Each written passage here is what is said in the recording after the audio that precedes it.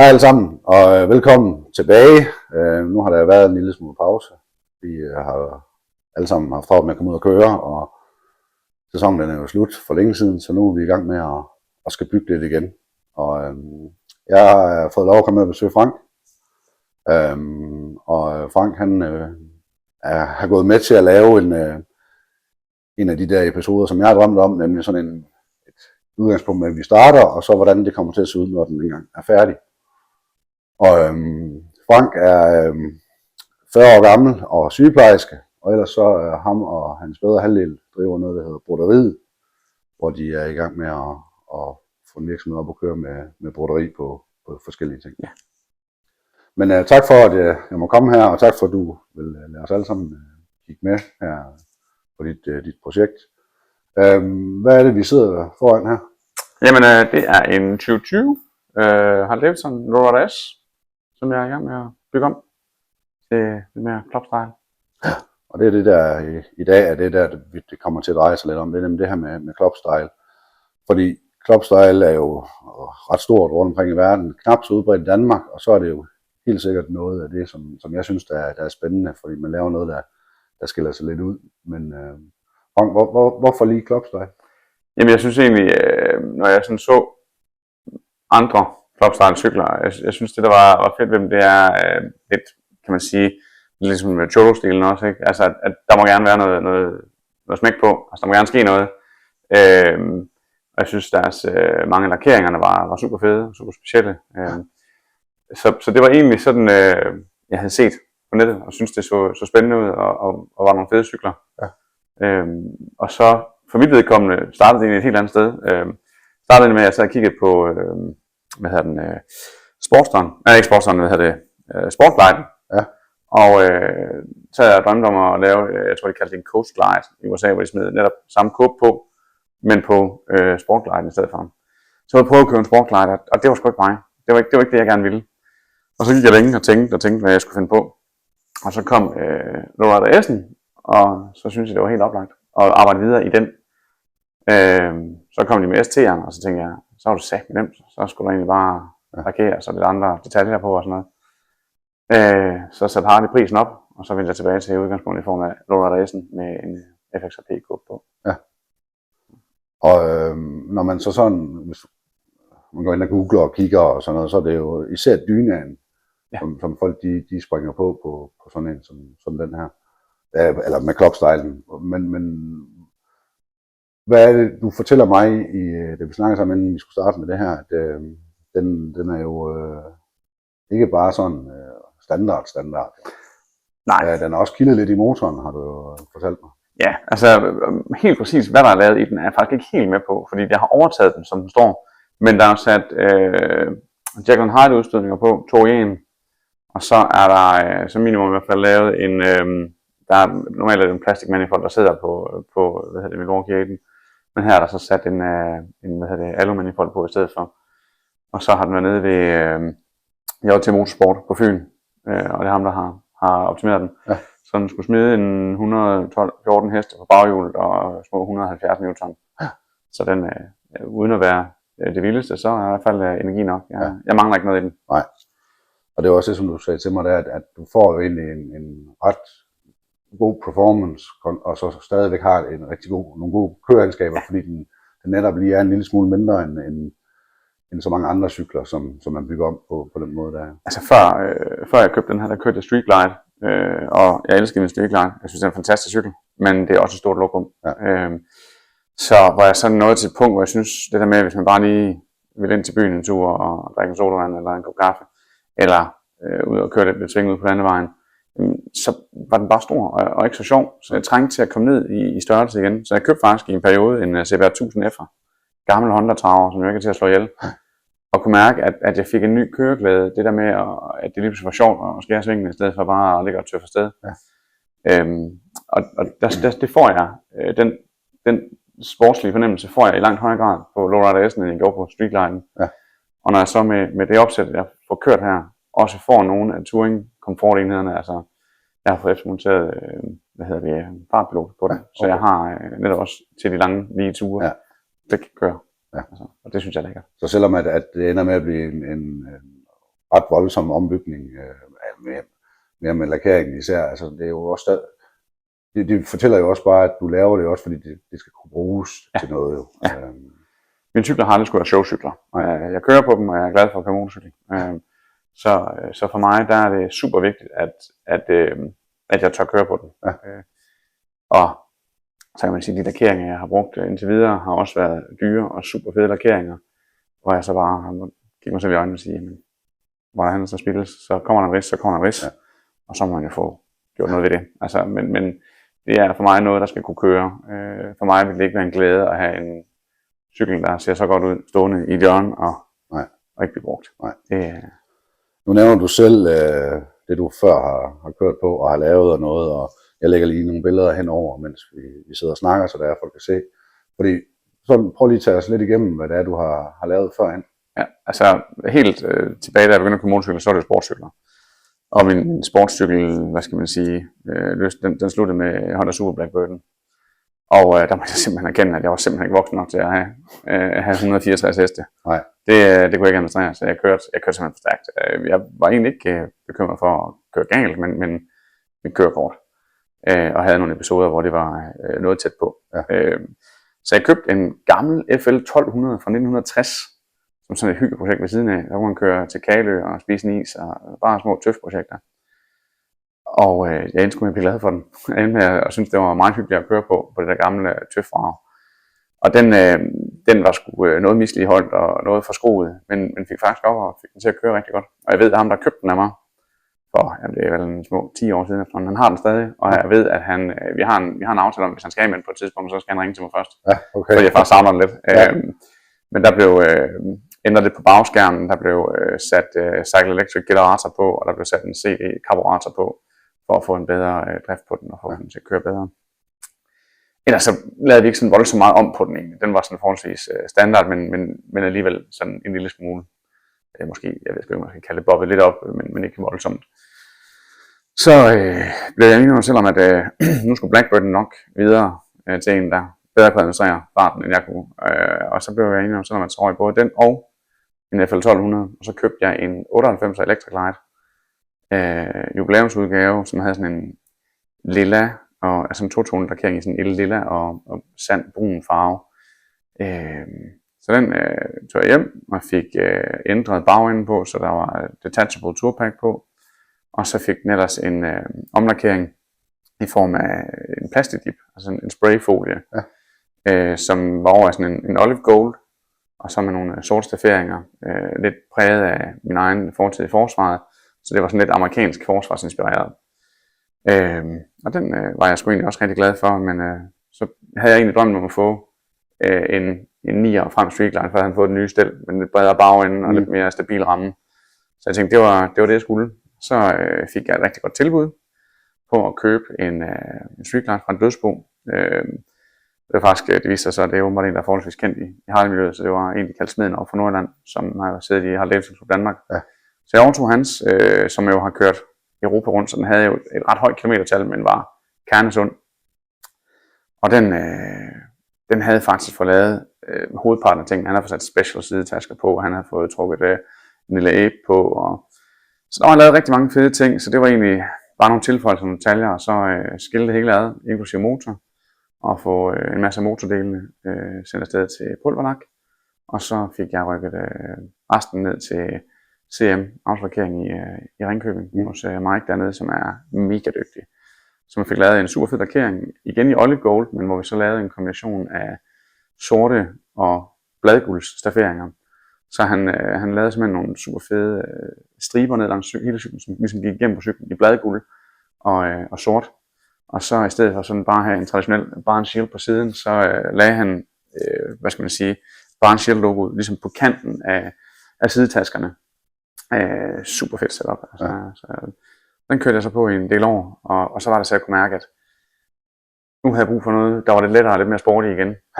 Og så kom tanken om lowrideren. Ja. Og så sidder vi jo så her med lowrideren i dag. Lige præcis. Og umiddelbart er der jo ikke så meget at fortælle om, hvad du har gjort ved den nu, men du kan lige hurtigt løbe tingene igennem. Ja. Og så lige om lidt, så går vi lidt tættere på det.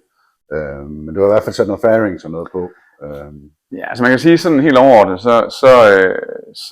så har den jo en lille lygtekåbe til at starte med, og ingen sidetasker. Så det jeg har gjort sådan nuværende, det er, jeg har sat en Rix FXRP-kåbe på.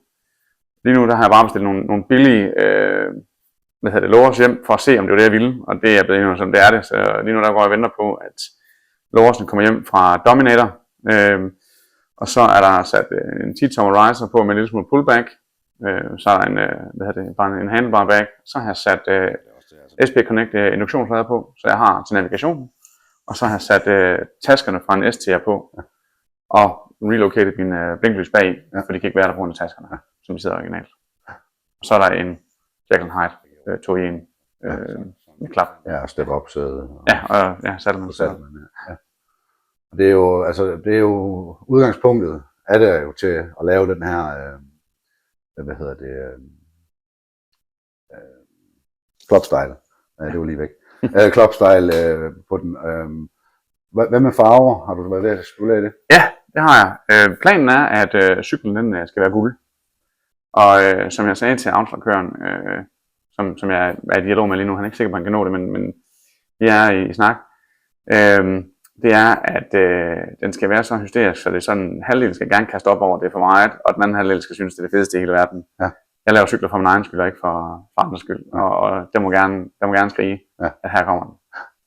Og det er i det danske land, på grund af, at det er så relativt nyt med den måde at ombygge motorcykel på, og især formalet på, så din dialog med din lakør, det er jo faktisk i Holland. Ja.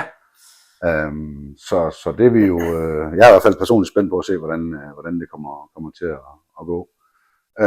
Nu nævnte du lige før, at du havde en fortid i forsvaret, og måske man ikke kan fornemme, at du sidder med klubtøj på. Kan du ikke lige sådan hurtigt fortælle lidt om, hvad det er? Jo, jeg kører en klub, hvor præmissen er, at vi alle sammen har været udstationeret. Så det er simpelthen et krav, at for at blive medlem, så skal man have været udstationeret for Danmark, og have gjort sig fortjent til veteranrettighederne, kan man sige, veterankortet og fået medalje for det. Vi er en landsdækkende klub på 50 medlemmer og har 3 klubhus, så vi ligger i Nordjylland og på Sjælland og så et syd for Horsens. Og vi er faktisk så privilegerede, så vi er anerkendt af forsvaret som en traditionsbærende forening, hvilket betyder, at vi har nogle privilegier i forsvaret. Vi er velkomne i forsvarsregi. Så vi deltager for eksempel på FN-dagen på Kastellet til fejring derovre, der skulle indstiftes forsvarsmedaljen. Der fik vi lov til at stille i vores veste til parader på forsvarets grund og få tildelt medaljer i vores veste. Så vi er en klub, hvor vi også er meget bevidste om, at vi har en status, vi passer på at værne om. Så det er vi meget stolte af. Ja, det kan jeg godt forstå. Og det er jeg længere lige til noget af det, så I kan se lidt tættere eller mere på det. Fordi jeg synes jo, det er jo fantastisk det der med, at det kan blive anerkendt på den måde, som det er. Ikke? Og der er jo mange veteraner derude, og går vi helt tilbage til dengang, hvor Ruder Kongen her var unge pige i huset, der startede motorcykelklubberne faktisk af veteranerne, fordi det var jo med til, at man kunne have et fællesskab, når man kom hjem, efter man havde været udstationeret. Så super fedt, men nu synes jeg, at vi skal prøve at gå lidt tættere på motorcyklen og se de der ting, som der er blevet lavet, og så kan vi snakke lidt mere om visioner med lakering og sådan noget. Ja. Jamen prøv lige at løbe os igennem, hvad det er, der er ændret her på hvis vi starter her i forenden. Ja, jamen det første, der er sat på, det er Rix FXRP kåbe, og det er egentlig et færdigt kit, du får, hvor du får både lygteholder og glas og det hele med. Og jeg gik med Rix simpelthen fordi jeg havde hørt, at det ligesom var dem, der har leveret den bedste kvalitet. Og jeg havde det sådan, at det skulle være i orden, når jeg bygger. Jeg kunne formodentlig have sparet mellem 5 og 10.000, hvis jeg havde bestilt en eller anden Kina fra Amazon. Men jeg vil gerne være i orden. Jeg er ikke stor glasfiberarbejde mand, så for mig skulle jeg gerne sikre mig, at der er en rimelig god installations pasform på det. Ja. Så derfor Rix. Nu må jeg så konstatere, at det måske ikke var helt så godt, som de havde lovet, men det er sådan til at arbejde med. Der er nogle steder, hvor den ikke helt passer, og vi kommer til at lave lidt tilpasningsarbejde på den. Så er der sat lowerfairings på. Det er jo så en hvad skal man sige, en Kina-model det her, og det var fordi, jeg var usikker på, om det var det, jeg ville, eller om jeg ville køre den uden. Så jeg købte nogle billige fra eBay, og klistrede på, så lige nu sidder de sådan set bare med nanotape.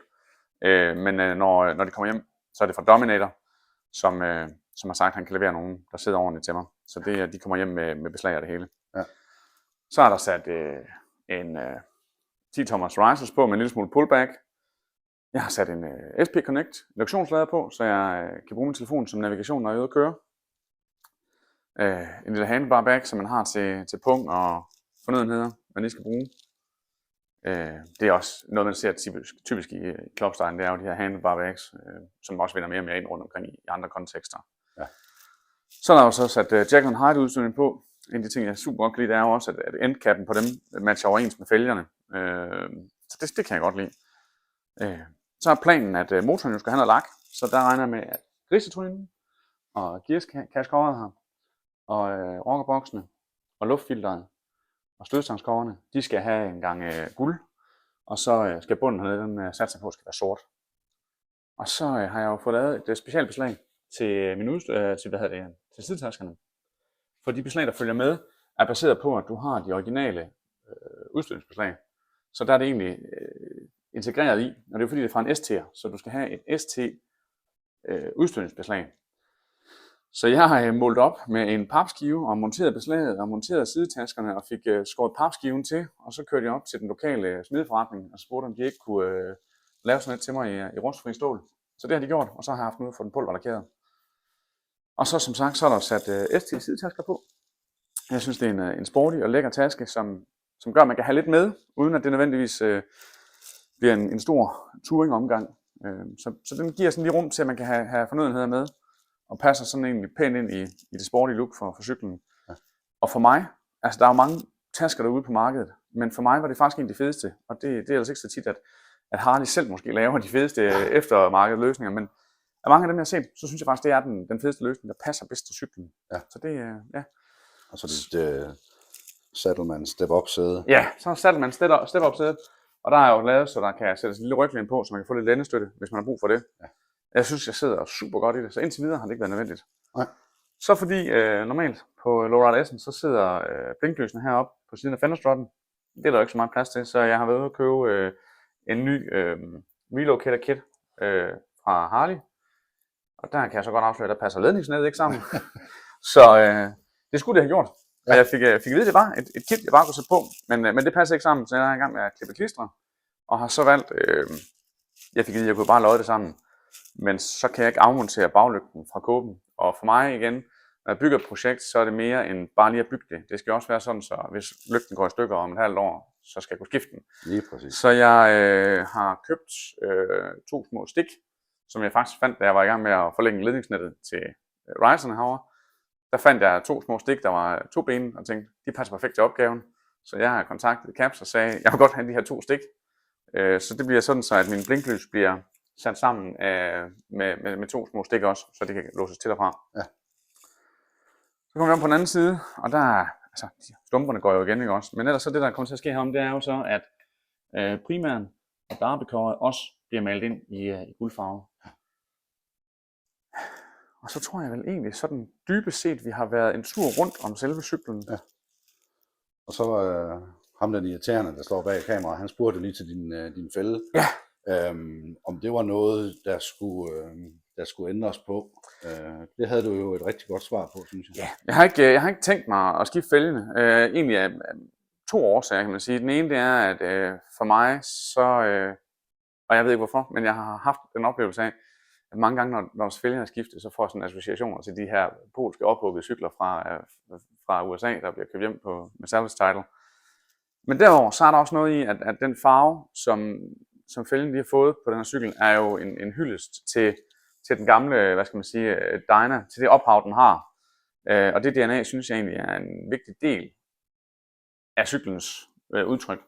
Så tværtimod, så har jeg faktisk forsøgt lidt på at snakke med lakøren om at trække farven ind i autolakken på en eller anden måde, og se om vi kan bruge farven i stedet for at fjerne farven. God idé. Det bliver spændende. Så vi forhåbentlig kan jeg snart komme igen og se det færdige resultat. Vi krydser fingre. Afslagkøren er ikke helt på plads endnu, så der er ikke nogen fast aftale. Nej.